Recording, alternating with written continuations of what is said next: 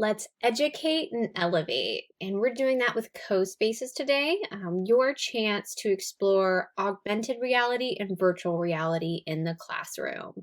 I really love all the just the creativity and possibility with this at the undergraduate level, K-12, homeschool, personal enrichment, and really to just explore new skill sets that perhaps maybe our generation has not really delve into just yet.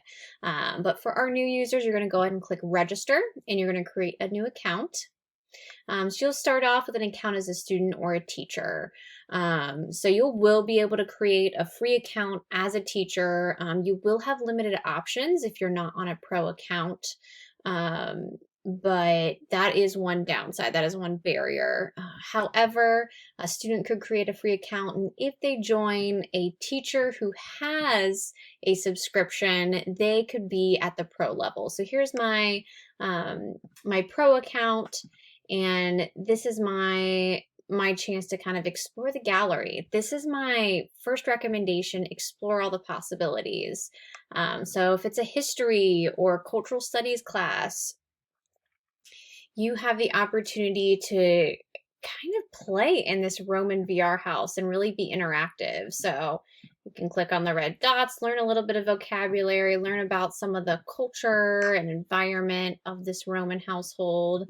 You can actually walk through, and this is all through really kind of the coding features that if you're building this on your own, you have the option to do.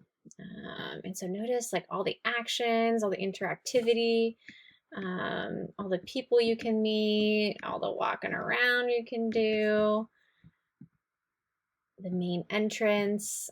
So I just love kind of exploring all the possibilities.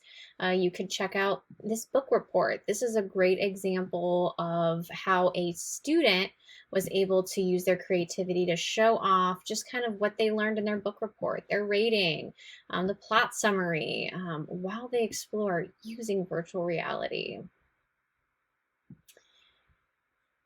We have games, we have literature, there's language learning possibilities. Really, the possibilities are endless. And so if you're in a student mode, you would be clicking free play. And this is going to be kind of a different word, which I'll kind of show you here as I log in as a teacher. So as I log into a teacher, you're going to see this is called Cospace. And so I'm going to delete this forever because I can really only create one space. It's going to either say Cospaces if you're in the teacher mode, or it's going to say free play if you're a student. And so free play, you do have a little bit more flexibility in the pro level. And so first off, we're going to kind of jump right in. And so I'm going to show you one that I've already started to create, but I'm going to flesh out this environment a little bit more. So this, I was just trying to create a scenario of what a mission counselor might be doing in a school office. And so for this environment, I'm going to go ahead and click environment. I'm going to find one that would work. And let's just say we're going to be in this building. And so I've already added some materials from the library. So I'm actually going to do this. I don't like it. And so I have added some materials using the library.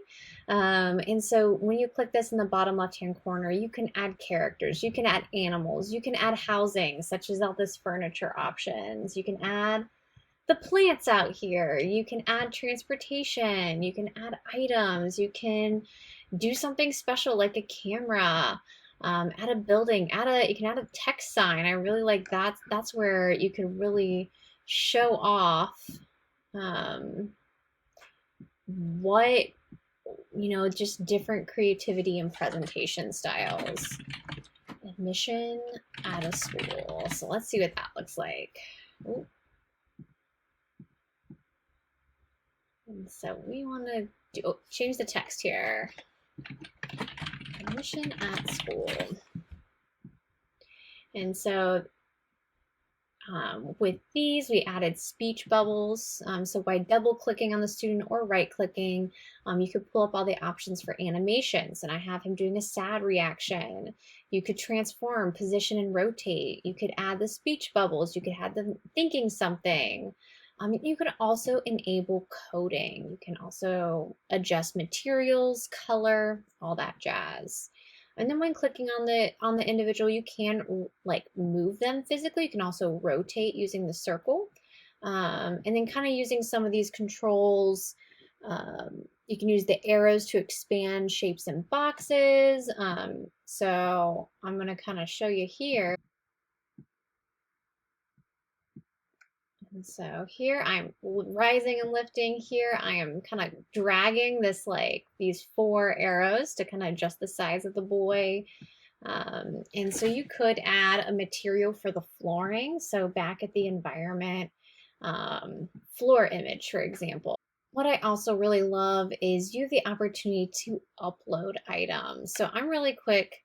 I'm just going to find a GIF for us. Go ahead and upload this. I'm going to upload this GIF. Let me place this out here. So this is really where students can get creative. I'm clicking this and dragging it, rotating it using the circle.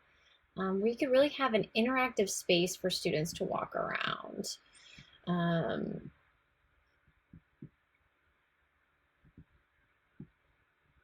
Okay, so we've added this GIF, and let's just see what happens when we hit play. So this is your chance to really kind of wander around an environment, see the different actions, see what everyone's saying.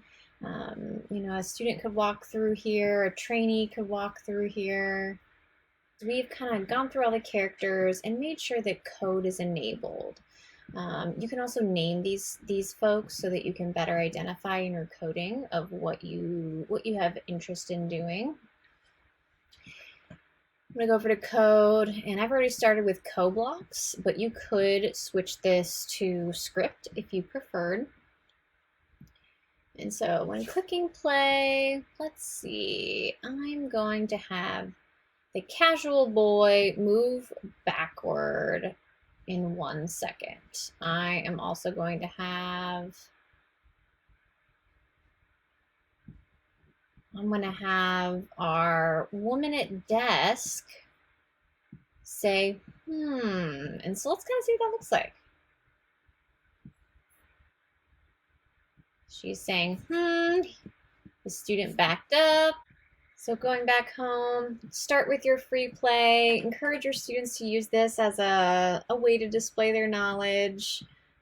Archive spaces, create a folder, organize, and let's get going.